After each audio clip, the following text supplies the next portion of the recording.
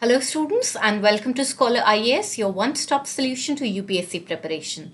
I am Shubhangi Sharma, your faculty for history. And, students, this particular module is based on the NCERTs of history, which are very important for your basic understanding of this particular subject.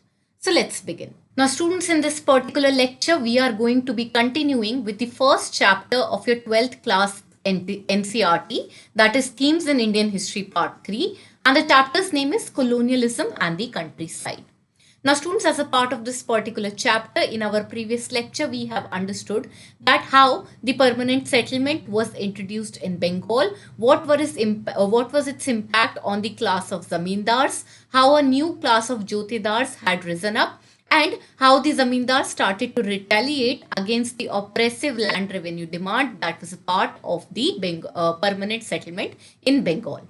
Now, in continuation to that, students, now we are going to start with another segment of this particular chapter, wherein particularly we are going to talk about an area known as the Rajmahal Hills. And herein we are going to assess that how the advent of the East India Company impacted the local tribal people of this particular area. Having said that, students, the first thing that you need to know is that the local people or the tribals that resided in the Rajmahal Hills came to be known as the Pahadis, and they were the people who were the hill folks. Now, how do we know that? This is something that we come to know from the journals of Buchanan, that is Francis Buchanan, about whom we have spoken about in our previous lecture. Now, herein, students, Buchanan has particularly told us that wherever he went in the areas of Rajmahal Hill, these hill folks were particularly hostile and they were apprehensive towards the British officials and were very unwilling to talk to them. Apart from the students, even the lifestyle of these Pahadi people who were living in Rajmahal Hills have been discussed in this particular chapter, wherein we must know that they lived around the Rajmahal Hills and they were subsisting on the forest produce and also practicing shifting cultivation. Apart from that, students, some important facts about their subsistence are given, such as they were doing a subsistence farming. They were doing a shifting farming, that is a part of shifting cultivation, wherein a land was left fallow for a certain point of time and they had moved on to another land for cultivation. Apart from the students, they were also collecting certain forest produce, such as they were collecting mahua, that was a flower for food. They were also collecting silk cocoons and they were using raisins for sale and also wood for charcoal production.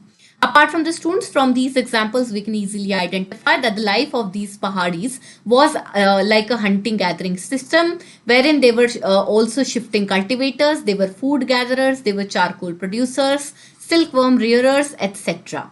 Apart from the students, these Pahadis considered the entire region, that is the Rajmahal Hills, as their own land, and this was the basis of their identity as well as survival, and that is why they particularly resisted the intrusion of outsiders. यानी कि students, इन दोनों slides के अंदर हमने सबसे पहले तो ये समझा है कि राजमहल हिल्स के जो ट्राइबल लोग थे उनको बोला जाता था पहाड़ी. इनका जो डिस्क्रिप्शन है वो हमें फ्रांसिस बुकानन के जर्नल से मिलता है, जो कि एक पर्सन था जो इंग्लैंड से इंडिया आया था और उसने एक्सटेंसिव सर्वेस किए थे इंडिया के अंदर. उसके अलावा स्टूडेंट्स, हमने इनकी लाइफस्टाइल के बारे में समझा है कि एक तरह से हंटर गैदरर्स थे जो कि शिफ्टिंग कल्टीवेशन करा करते थे. उसके अलावा ये बहुत सारे फॉरेस्ट प्रोड्यूस पे भी रिलाई करते थे. Apart from the students, Francis Buchanan specifically बोलते हैं कि जब वो राजमहल हिल्स के किसी भी एरिया में गए तो वहां पे उनको बहुत ही हॉस्टाइल ट्रीटमेंट मिला, wherein the tribals were not happy talking to the outsiders because they considered their land as the basis of their identity and survival, and that is why they did not like the intrusion of any other outsiders. Now, students, the chiefs of these Pahadis maintained the unity of the group and settled disputes, and also led the tribes into battles with other tribes and the people who were residing in the plains. Herein, student, an important point to note will be that their base was lying in the hills. However, they regularly used to raid the plains wherein settled agriculturists used to live. Now, these raids were very necessary for their survival, particularly in the years of scarcity. Herein, students, you must also know that they were also asserting their power over the settled community by the means of these raids, and they were also means of negotiating political relations with the outsiders. Now, the zamindars on the plains had to often purchase peace by paying regular tribute to these hill chiefs. Also, traders similarly gave a small amount to the hill folks for permission to use the passes that were controlled by them. However, students, this particular piece broke down at some point of time, that is in the last decades of the 18th century, when the frontiers of settled agriculture were aggressively extended in eastern India. यानी कि students, इस particular slide से हमें सबसे पहले तो ये पता चलता है कि जो पहाड़ीज थे वो वैसे तो हिल्स में रहा करते थे, लेकिन कभी कभी वो प्लेन एरियाज के अंदर जाते थे जहां पर सेटल्ड एग्रीकल्चरर्स रहते थे और उनको रेड करते थे। उन एरियाज को रेड इसलिए करते थे पर्टिकुलरली उन ईयर्स में जहाँ पे बहुत स्केर्सिटी थी, उनका प्रोड्यूस ठीक से नहीं आया होता है। उसके अलावा स्टूडेंट्स, इन रेड्स का एक और मीनिंग ये भी था कि वो अपनी पावर असर्ट कर सके सेटल्ड एग्रीकल्चरिस्ट के ऊपर, और इसी की वजह से जमींदार उन्हें एक पर्टिकुलर ट्रिब्यूट पे करते थे जिससे कि वो रेड्स ना करे, और ट्रेडर्स भी उन्हें ट्रिब्यूट पे करते थे जिससे कि वो फॉरेस्ट के प्रोड्यूस को एक्सेस कर सके। लेकिन स्टूडेंट्स, जो later last decades of 18th century थे, दैट इज दी 1790s, उनके अंदर जो हिल फोक्स थे और सेटल्ड एग्रीकल्चरिस्ट थे उनके बीच में बहुत ज्यादा झगड़ा हो गया, क्योंकि बहुत ही अग्रेसिव एक्सटेंशन चल रही थी एग्रीकल्चर की। Apart from the students, the Britishers were also encouraging forest clearance, and the zamindars and jotedars turned uncultivated lands into rice fields. Herein, students, to the British, the extension of settled agriculture was necessary to enlarge the source of land revenue, produce crops for export, and establish the basis of settled ordered society.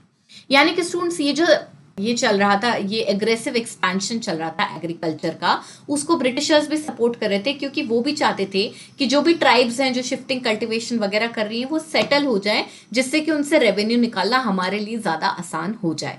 Apart from the students, the Britishers also saw these hill tribes associated with wildness and saw these forest people as savages, unruly, primitive, and difficult to govern people. That is why, students, in the 1770s, the Britishers embarked on a brutal policy of extermination, hunting the Pahadis down and killing them. Then, by the 1780s, Augustus Cleveland, who was the collector of Bhagalpur district, proposed a policy of pacification, wherein the Pahadi chiefs were given an annual allowance and made responsible for the proper conduct of their men.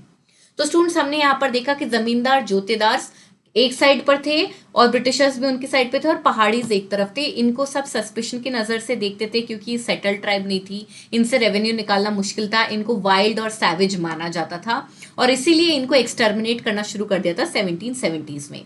लेकिन 1780s में Augustus Cleveland, जो Bhagalpur area के collector थे, उन्होंने एक पैसिफिकेशन की policy आगे रखी, जिसमें उन्होंने बोला कि पहाड़ी चीफ्स को एक एनुअल इनकम मिलेगी अगर उनके लोग ठीक से अपने आप को कंडक्ट करते हैं तो। Herein, students, many Pahadi chiefs refused the allowances, and those who accepted most often lost the authority within the community. Also, as the pacification campaigns continued, the Pahadis withdrew deep into the mountains, insulating themselves from the hostile forces and carrying on war with the outsiders. Herein, when Buchanan traveled through the region in the winters of 1810 to 1811, the Pahadis naturally viewed him with suspicion and trust. तो जो सवाल पहले Francis Buchanan ने रखा है अपने journals में कि बहुत ही हॉस्टाइल ट्रीटमेंट मिला उनको जब वो राजमहल हिल्स के एरिया में गए, उसका आंसर यही है जो हमने अभी देखा कि ब्रिटिशर्स ने कैसे उन्हें एक्सटर्मिनेट करना शुरू कर दिया, उनको जबरदस्ती सेटल करने पे मजबूर कर दिया। जो पहाड़ी चीफ्स उनकी बातों को मान गए, उनकी खुद की कम्युनिटी ने उनको बॉयकॉट या बहिष्कार कर दिया उनका, और बाकी लोग और ज्यादा हिल्स के अंदर डीपर इन्फिल्ट्रेट कर गए, जिससे लोग उनकी नॉर्मल लाइफस्टाइल में दखल अंदाजी ना करें। और इन सारे सिनेरियो को समझने के बाद हमें समझ में आता है कि बुकानन ने क्यों लिखा था that why the hill people see the outsiders with suspicion and distrust. Now students, we are going to talk about another important community, that is the Santhals.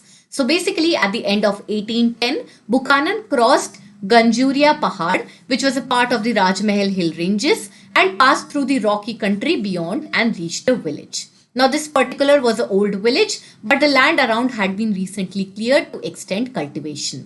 On inquiry, he came to know that the frontiers of the cultivation here had been extended by the Santhals. These people had moved into this area around 1800, displaced the hill folk who used to live on these lower slopes, and cleared the forest and settled on the land. यानी कि students, जो संथल्स थे वो राजमहल हिल के original settlers नहीं थे, बल्कि 1810 के 1800s के आसपास ये यहाँ आके सेटल हुए थे, और इन्होंने यहाँ से जो हिल्स के लोकल लोग थे यानी कि जो पहाड़ीज थे उनको वहां से हटा दिया था और वहां पे खुद कल्टीवेशन एक्सटेंड कर दी थी। Now students, the question that should come to our minds is that how did these Santhal community reach the Rajmahal hills in the first place? So the answer is that Santals had begun to come into Bengal around the 1780s. The zamindars here hired them to reclaim land and expand cultivation, and the British officials invited them to settle in the jungle mahals.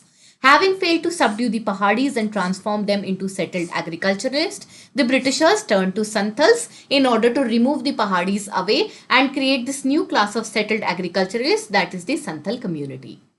So basically 1780s में बंगाल में ये संथल्स आए. इनको जमींदार्स और Britishers दोनों ने ही open arms के साथ बुलाया कि इन एरियाज में आओ और सेटल्ड कल्टीवेशन करो, जिससे कि पहाड़ीज जिनको वो रूल नहीं कर पा रहे थे उनको दूर भगा दिया जाए. Apart from the students, by 1832, a large area of land was demarcated as Damaniko, and this was declared to be the land of the Santals. This is a very important factual point. You have to remember that. Apart from the students, the land grants to the Santals stipulated that at least 1/10 of the area was to be cleared and cultivated within the first 10 years. यानी कि जो ये area Damani को specifically Santhals को दिया गया था, ये कंडीशन पे दिया गया था कि स्टार्टिंग के 10 सालों के अंदर अंदर ही 1/10 of this entire area should be cleared and cultivated. So naturally the cultivation expanded and an increased volume of revenue started flowing into the company offices. However, students, when the Santals settled on the peripheries of the Rajmahal hills, the Pahadis resisted but were ultimately forced to withdraw deeper into the hills. Restricted from moving down the lower hills and valleys, they were confined to the dry interior of the more barren and rocky upper hills, and this severely affected their life, impoverishing them in the long term. यानी कि students Santhals के आने के बाद में पहले तो पहाड़ीज ने बहुत रेजिस्ट किया, लेकिन वो उनको सबड्यू नहीं कर पाए, नई संथल कम्युनिटी को वो नहीं ओवरपावर कर पाए, इसलिए उनको हिल्स में और ऊपर जाना पड़ा, डीपर ट्रैक्ट्स में, जो कि बहुत ही सूखे बंजर एरिया थे, जिसकी वजह से उनकी कम्युनिटी और ज़्यादा इम्पॉवरिश हो गई, उनकी लाइफस्टाइल बहुत ज़्यादा खराब हो गई. Apart from the students, now we are going to talk about the problems that eventually the Santals also started facing, because of which a rebellion, Santhal rebellion, was started, and the leader of the Santhal rebellion was Sidhu Manji, the leader of Santhal rebellion, as I've just told you. Now first of all, let's understand the problems that were faced by them. The Santals soon came to know that the land they had bought under cultivation was slipping away from their hands, because the state was levying heavy taxes on the land that the Santals had cleared. Also, the moneylenders or the Dikus were charging them with high rates of interest and taking over the land when the debts remained unpaid.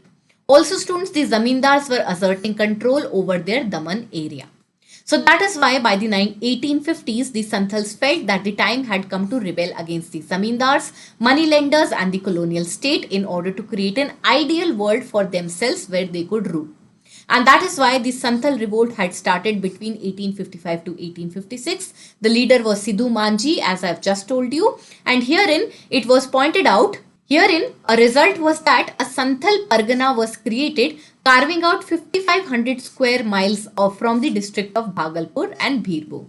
यानी कि students इस particular slide से हमें ये पता चलता है कि कुछ पॉइंट ऑफ टाइम के बाद संथल्स को भी कॉलोनियल ऑफिसर्स से, जमींदार से और मनी लेंडर से प्रॉब्लम होने लगी, जैसे कि पहाड़ीज को होती थी, जहां पे उनको ये समझ में आ गया कि स्टेट एक तो हमसे बहुत ज़्यादा टैक्सेस ले रहा है, मनी लेंडर्स बहुत ज़्यादा हाई रेट ऑफ इंटरेस्ट ले रहे हैं, और ज़मींदार हमारी लैंड को धीरे धीरे अक्वायर कर रहे हैं, जिसकी वजह से उन्होंने एक रिबेलियन शुरू किया, that is the Santhal revolt. The time period is 1855 to 1866, और इसका रिजल्ट जो था वो ये था कि एक संथल परगना क्रिएट हुआ था, which was carved out from the districts of Bhagalpur and Birbhum.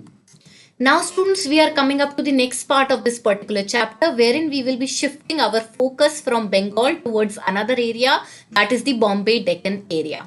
Now herein students, you must know that through the 19th century, the peasants in various parts of India had rose in revolt against the moneylenders and the grain dealers, and one such revolt occurred in 1875 in the Deccan. Now this particular movement began in an area known as Supa, which was a large village in Pune, present-day Pune district. Also students, this particular area was a market center where many shopkeepers and moneylenders lived. Herein students, on 12th May 1875, ryots or the peasants from surrounding rural areas gathered and attacked the shopkeepers, demanding their bahi khatas, that is the account books, and the debt bonds. Also students, as a part of this revolt, they burnt the khatas, looted grain shops, and in some cases also set fire to the houses of sahukars. Herein, students, you must know that Sahukar is someone who acted both as a money lender and as a trader. Apart from the students, this particular revolt from Pune also spread to Ahmednagar, wherein the police posts were established in village to frighten the rebellious peasants into submission. Also, students, it took several months to bring the countryside under control. तो students, जब हमने Santhal rebellion के बारे में देखा या पहाड़ीज के revolt के बारे में देखा, उससे हमें पता चला कि कैसे कॉलोनियल गवर्नमेंट मनी लेंडर्स और ट्रेडर्स जो पेजेंट्स थे या रियॉट्स थे उनको एक्सप्लॉइट कर रहे थे, and that is why they at one point of time they had to rise into rebellion. And similarly, students, the same kind of events had happened in the Bombay Deccan area as well in 1875, wherein the riots in the area of Deccan had rose against the moneylenders and the grain dealers, and they started burning their bahi khatas and debt bonds, and also sometimes they set fire to the houses of sahukars, that is the moneylenders and traders. And also, students, it took many months to suppress this particular rebellion in the countryside. Apart from the students, we are going to talk about a new revenue system that was introduced by the Britishers in the area of Bombay Deccan. So basically, students, this particular part of your chapter is going in a manner wherein we have already talked about the climax. That is, there was a revolt that had happened in Bombay Deccan by the riots because of the existing revenue system. Now we are going backwards in the story wherein we are going to understand that what were the reasons because of this particular revolt had happened. So herein, first of all, we'll understand that a new revenue system was started by the Britishers in the Bombay Deccan, wherein as the British rule expanded from Bengal to other parts of India, new systems of revenue were imposed. Herein, students, the permanent settlement, as we all know, rarely extended to any region beyond Bengal. And the reason was that after 1810, agricultural prices had risen, increasing the value of the harvest produce and enlarging the income of Bengali zamindars. Now, since the revenue was fixed under permanent settlement, the colonial state could not claim any share in this enhanced income. And that is why they wanted to expand their financial resources. And that is why in the other territories that were annexed in the 19th century, temporary revenue settlements were made. तो students, Bombay Deccan के अंदर जो difference है बंगाल से वो ये है कि यहाँ पर जो रेवेन्यू सिस्टम इंट्रोड्यूस किया गया था वो टेम्पररी रेवेन्यू सेटलमेंट था. इसमें जो लैंड रेवेन्यू थी वो फिक्स नहीं थी, क्योंकि 1810 के बाद में एग्रीकल्चरल प्राइसेस बढ़ने लगे और जमींदार्स के पास ज्यादा इनकम आने लगी. तो ब्रिटिशर्स को लगा कि अगर हम यहाँ पे लैंड रेवेन्यू को फिक्स कर देंगे तो हमारा फाइनेंशियल रिसोर्सेज कम आएंगे, इसीलिए उन्होंने टेम्पररी रेवेन्यू सेटलमेंट्स बनाए. Apart from the students, there's this particular term that is given in your chapter, that is rentier, which is basically a term to designate people who live on rental income from property. Apart from the students, now we are going to understand one economic theory that was something on the basis of which the Britishers were creating their land revenue policies. So basically, when officials devise policies, their thinking is deeply shaped by economic theories they are familiar with. As a part of the students, by the 1820s, there was this very famous economist, that is David Ricardo, who was a celebrated figure in England. Now, according to the Ricardian ideas, a landowner should have a claim only to an average rent that prevailed at a given time. When this particular land yielded more than this average rent, the landowner had surplus the state needed to tax. Now, if the tax was not levied, the cultivator would likely turn into rentier, and their surplus income was unlikely to productively be invested in the improvement of land. Now, the many British officials in our country thought that the history of Bengal confirmed the Ricardo's theory, and therefore the zamindars seem to have turned into rentiers, leasing out land and living on their rental income. रेंटियर्स का मतलब मैंने आपको भी बता दिया था, वो लोग जो अपनी प्रॉपर्टी की इनकम के ऊपर रहते हैं और कुछ भी नहीं करते हैं. रिकार्डो स्टूडेंट जो थे, David Ricardo, he was very celebrated economist in Britain, जिन्होंने 1820s में एक थ्योरी दी थी कि अगर कोई लैंड ओनर है उसको अपनी लैंड से एक एवरेज रेंट ही लेनी चाहिए, उसके ऊपर अगर उसकी इनकम हो रही है रेंट से तो वो स्टेट को टैक्स कर देनी चाहिए. स्टेट को उसे टैक्स इसलिए कर देना चाहिए क्योंकि जो ये सरप्लस इनकम उसके पास आ रही है वो बहुत अनलाइकली है कि उसको वो लैंड की प्रोडक्टिविटी में इन्वेस्ट करेगा और ओवरऑल फिर वो रेंटियर बन जाएगा जिसमें वो कुछ नहीं कर रहा, सिर्फ अपनी लैंड से इनकम यील्ड कर रहा है. इन्हीं आइडियाज से इन्फ्लुएंस होकर ब्रिटिशर्स ने अब टेम्पररी सेटलमेंट्स करने शुरू किए, जिसमें लैंड जो एवरेज यील्ड कर रही है उसके बेसिस पे लैंड रेवेन्यू को फिक्स किया जाता था या लैंड रेवेन्यू की रेट को बनाया जाता था. As a part of the students, a new settlement known as the Raiyatwari settlement was introduced. This revenue system was introduced in the Bombay Deccan area and came to be known as the Raiyatwari settlement. Now, unlike the Bengal system, that is the permanent settlement, the revenue was directly settled with the ryot. यानी कि permanent settlement में जमींदार के साथ में settlement किया जाता था, who was responsible for collecting the revenue and giving it to the Britishers. But herein, unlike the Bengal system, अब डायरेक्टली पेजेंट्स के साथ में सेटलमेंट किया गया जिन्हें डायरेक्टली कंपनी को लैंड रेवेन्यू पे करनी थी. Now herein, students, the average income from different types of soil was estimated, the revenue paying capacity of the ryot was assessed, and a proportion of it was fixed as a share to the state. तो जैसा कि हमने अभी रिकॉर्डियन ideas के basis पर देखा, अब जो है फिक्स्ड लैंड रेवेन्यू नहीं था, अब कितनी यील्ड हो रही है उसके बेसिस पे लैंड रेवेन्यू स्टेट तय करता था. Apart from the students, the lands were resurveyed for over every 30 years and the revenue rates were increased. Therefore, the revenue demand was no longer permanent. तो यहाँ पर हमने स्टूडेंट्स देखा कि बंगाल के रेवेन्यू सेटलमेंट से कितना ज्यादा डिफरेंस है और उसके ऊपर रिकॉर्डियन आइडियाज का इन्फ्लुएंस था. Now, students, we are going to assess that what was the impact of this Rayatwari settlement in the Bombay Deccan area. So, as a part of the students, the first revenue settlement in Bombay Deccan was made in 1820s, and the revenue that was demanded was so high that in many places the peasants deserted their villages and migrated to new region. At the same time, students, when anybody failed to pay their revenue, their crops were seized and a fine was imposed on the entire village. And that is why by the 1830s, the problem became even more severe. And again, we can see the similar trends, that is the prices of agricultural products had started to decline by 1832. And they could not recover for over a decade and a half. यानी कि 15 साल तक दोबारा agricultural products के prices में कोई भी बढ़ोतरी नहीं हुई.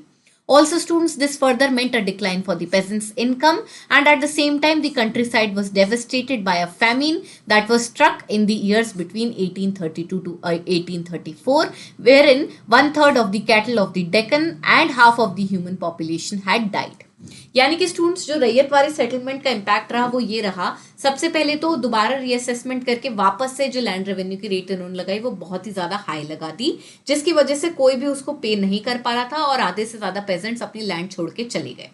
उसके अलावा अगर कोई पेजेंट अपनी लैंड रेवेन्यू नहीं पे कर पा रहा था तो उनके ऊपर एक फाइन इम्पोज होता था, उनकी क्रॉप्स ले ली जाती थी और पूरे विलेज के ऊपर भी फाइन इम्पोज कर दिया जाता था, जिसकी वजह से 1830s के बाद में एग्रीकल्चर प्रोडक्शन में दोबारा डिक्लाइन आने लग गया. और फर्दर 1832 टू 34 के बीच में ये जो बॉम्बे डेक्कन का एरिया था, इसमें एक बहुत बड़ा फैमिन आया जिसमें 1/3 ऑफ द कैटल और half of the human population died. However, students, there was a reverse of trend in 1845, wherein the agricultural prices started to recover steadily because certain measures were taken by the Britishers. Now, students, another important concept that you need to know before the revolt in Bombay Deccan had started in 1875 is the idea of cotton boom that had begun in India somewhere around the 1860s. Now, students, before the 1860s, 3/4 of the raw cotton import in Britain came from America.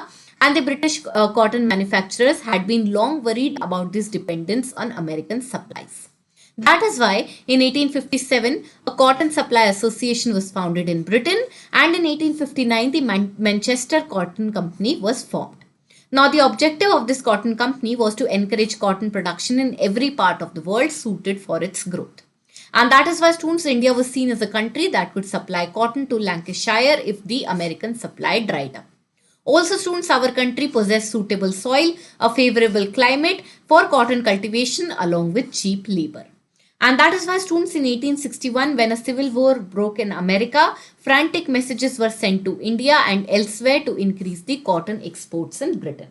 तो सबसे पहले तो students हमने backdrop समझा. Backdrop में ये था कि 1860s तक ब्रिटेन जो है कॉटन के लिए बहुत ज़्यादा अमेरिका पे रिलाई करता था. अमेरिका ही कॉटन का सबसे बड़ा एक्सपोर्टर था.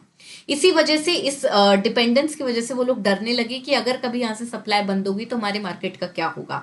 इसी वजह से दो इंपॉर्टेंट एसोसिएशंस, एक कंपनी और एक एसोसिएशन बनी, that is the cotton supply association in 1857 and the Manchester cotton company इन 1859, जिनका जो मेन आइडिया था वो ये था कि वर्ल्ड में जहां भी कॉटन उग सकती है वहां पे कॉटन प्रोडक्शन को प्रमोट करो. उसका एक सबसे अच्छा एग्जाम्पल सामने बन के आया इंडिया, जहाँ का क्लाइमेट भी फेवरेबल था और लेबर भी चीप थी, एंड दैट इज उसको एक आइडियल जगह माना गया कॉटन प्रोडक्शन करने के लिए. और उसी टाइम पे स्टूडेंट्स 1861 में अमेरिका में सिविल वॉर हो गया, जिसकी वजह से इंडिया के अंदर कॉटन प्रोडक्शन को एक बूम मिला. Now, as the cotton prices soared, export merchants in Bombay were keen to secure as much cotton as possible to meet the British demand. So that is why they gave advances to the urban sahukars, who in turn extended this credit to the rural moneylenders who promised to secure the produce. Now, here in students, the ryots in Deccan villages suddenly found themselves with access to limitless credit, and between the 1860s to 1864, the cotton acreage doubled. However, students, but these boom years did not bring prosperity to all the cotton producers, wherein there were some rich peasants who did a lot of gain, but the large majority cotton expansion meant heavier debt. यहाँ पे students जो समझने की बात है वो ये है कि सडनली इंडिया के पास बहुत ज्यादा कॉटन की डिमांड आ गई क्योंकि अमेरिका में सिविल वॉर हो गया। इसकी वजह से जो अर्बन मनी लेंडर्स थे उन्होंने फटाफट रूरल मनी लेंडर्स को पैसा दिया कि ज्यादा से ज्यादा प्रोड्यूस भिजवाओ क्योंकि हमें ब्रिटिशर्स की डिमांड पूरी करनी है। अब सडनली वहां के जो लोकल पेजेंट्स हुए रूरल एरियाज के, उनके पास बहुत सारा पैसा आ गया कॉटन प्रोडक्शन करने के लिए। लेकिन स्टूडेंट्स, जब बाद में इन चीजों को एनालाइज किया गया तो उससे पता चला कि जो रिच पेजेंट्स थे they became richer because of the trading of cotton. However the peasants और the ryots in the rural areas found themselves in even heavier debts. Why? Because while the boom lasted, the cotton merchants in India had visions of capturing the world market in raw cotton and permanently displacing America. But students, the civil war ended soon and the cotton production in America revived and Indian cotton exports to Britain steadily declined. Now, because of this, the export merchants and sahukars in Maharashtra were no longer keen on extending long-term credit, and while this credit dried up, the revenue demand increased. तो students, यहाँ से हमें समझ में आता है कि क्यों जो लोअर कैटेगरी के पेजेंट्स थे उनके लिए डेट बढ़ गई। डेट इसलिए बढ़ गई क्योंकि अमेरिका में नेचुरली सिविल वॉर कुछ टाइम के बाद बंद हो गया और वहां पे कॉटन प्रोडक्शन दोबारा स्टार्ट हो गई। जैसे ही वहां दोबारा कॉटन प्रोडक्शन स्टार्ट हो गई, इंडिया से प्रोडक्शन की डिमांड कम हो गई और अब उनके हाथ में क्रेडिट नहीं आ रहा था, जिसकी वजह से वो और ज्यादा डेट में चले गए। और ये वही टाइम था जिस टाइम पे रैयतवारी सेटलमेंट को इंट्रोड्यूस किया गया, जिसमें रेवेन्यू डिमांड और ज्यादा बढ़ गई। Apart from the students, the refusal of moneylenders to extend loans enraged the ryots, and the moneylenders were also violating the customary norms of the countryside. Wherein students, the first general norm was that the interest charge could not be more than the principal. However, under the colonial rule, this norm was broken down. Here in students, in petition after petition, the ryots were complaining of the injustice of such exactions of the violation of customs, wherein in 1859, the Britishers had to pass a limitation law that stated that the loan bonds signed between the moneylenders and ryots have validity for only 3 years. But herein, the moneylenders were very cunning and they turned around the law, forcing the ryot to sign a new bond every 3 years. यानी कि students, अब जैसे he suddenly America के अंदर cotton production बढ़ गया तो दोबारा से रियोट्स के पास में पैसे नहीं थे और मनी लेंडर्स ने उन्हें पैसे देने से मना कर दिया। उसके अलावा स्टूडेंट्स, मनी लेंडर्स की काफी ज्यादा मैल प्रैक्टिसेस होती थी। मैल प्रैक्टिसेस में वो क्या करते थे कि जो आपकी प्रिंसिपल अमाउंट है उस पर इतना ज्यादा इंटरेस्ट चार्ज कर देंगे कि वो आपकी प्रिंसिपल अमाउंट से भी ज्यादा हो जाएगा। यानी कि अगर किसी ने 500 रुपए उधार लिए तो उसको 3000 रुपए तक तो उस पर इंटरेस्ट ही देना पड़ जाता था, जो प्रिंसिपल अमाउंट से 3, 4, 5 गुना ज्यादा होता था। ये एक नॉर्म था जो इंडिया में वैलिड नहीं था, लेकिन ये सारे कस्टम्स कॉलोनियल रूल के अंडर टूट गए। इसलिए स्टूडेंट्स, इसकी वजह से रियोट्स ने बहुत सारे पिटिशंस डाले और उन पिटिशंस की वजह से ब्रिटिशर्स ने एक लिमिटेशन लॉ पास किया 1859 में, जिसमें ये बोला गया कि जो भी लोन के बॉन्ड्स थे वो 3 साल से ज्यादा नहीं हो सकते। लेकिन मनी लेंडर्स ने अगेन यहाँ पे अपनी मैल प्रैक्टिसेस को आगे लाए और उन्होंने क्या किया, हर 3 साल में रियोट्स के साथ में एक नया लोन या एक नया बॉन्ड साइन करना शुरू कर दिया, जिसकी वजह से जो उनका डेट का सर्कल था वो चलता ही गया और कभी खत्म नहीं हुआ। And that is why, students, these were some of the reasons why a revolt had started in the Bombay Deccan area in the year of 1875. Now, students, when this particular revolt spread in the Deccan, the government of Bombay was initially unwilling to see it as anything serious. However, students, the government of India, worried by the memory of the revolt of 1857, pressurized the government of Bombay to set up a commission of inquiry to investigate into the causes of the riots in the Bombay Deccan area. Now, students, this particular commission was known as the Deccan Riots Commission, who produced a report that was presented to the British Parliament in 1878. Now, students, this report came to be known as the Deccan Riots Report, and it provides historians with a range of sources for the study of this particular riot. यानी कि students पहले जो वहाँ की government थी उसने बहुत lightly लिया इस राइट को, लेकिन जब गवर्नमेंट ऑफ इंडिया ने बोला कि कहीं ये 1857 रिवोल्ट की तरह ना टर्न हो जाए, इसकी वजह से जबरदस्ती एक कमीशन बनानी पड़ी, that is the Deccan rights commission, और उसकी रिपोर्ट जो थी वो ब्रिटिश पार्लियामेंट को 1878 में सबमिट करी गई और उसके बाद में रियाट्स को कुछ कंसेशंस दिए गए. Now students, with this we have completed our discussion on this entire chapter, that is colonialism and the countryside. We have studied some important land revenue settlements that were done by the Britishers in our country in order to expand cultivation and create more and more funds with respect to the land revenue that it generates. Also students, as a part of this, we have understood that both the land revenue settlements, that is the permanent settlement and Rayatwari settlement, failed when they were applied, and a lot of revolts happened after that, such as the revolt by the Santhals or the revolt in the Bombay Deccan area. Now students, on the basis of this particular chapter, let us attempt these practice questions for a better understanding. Now herein students, the first question contains two statements pertaining to the settlements, and we need to identify that which among them are correct. Now the first statement says that the Rayatwari settlement was influenced by the Ricardian economic ideas. Now students, this is going to be a correct statement because we had understood that at this particular point of time, there was this person known as Ricardo who was very famous for his economic policies in Britain, and he had pointed out that a person who is holding land should always get an average rent and the rest should be taken up by the state. And this was something that formed the basis of the Rayatwari settlement and the land revenue which was a part of it. And that is why this will be correct. Now the second statement says that the permanent settlement was introduced in the Deccan area. Now students, we know that this is absolutely incorrect because the permanent settlement was introduced in the area of Bengal. Hence we can see that only the first statement is correct, and therefore our final answer for this particular question will be option A. Now students, the next question contains three statements and we need to identify that which among them are correct. Now herein students, the first statement says that the Santhals were the original settlers of the Rajmahal Hills. Now we know that this is absolutely an incorrect statement because we had just studied when we were talking about the Santhals that these were not the original settlers, rather they were invited by the zamindars and the British colonial people to come and settle in the Rajmahal Hill areas to displace the Pahadis, which were very unruly. Now the second statement says that the leader of the Santhal rebellion was Sidhu Manji. This is going to be a correct statement students, as we have just discussed about the same. The third statement says that as a result of the Santhal rebellion, a new Pargana was created.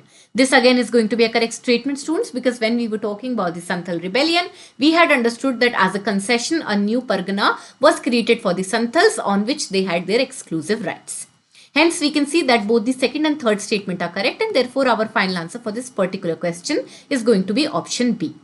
So students, with this we have completed our discussion on colonialism and the countryside. I hope you have understood all the topics carefully. Students, if you like our content, please visit our app and our website, that is Scholar IAS, wherein we are putting up amazing content for you guys with respect to your UPSC preparation. We also have a YouTube channel, that is Scholar IAS, upon which you are looking at this particular video. If you like our video students, please subscribe to our channel and don't forget to press the bell icon so that you can be notified whenever a new video is coming up.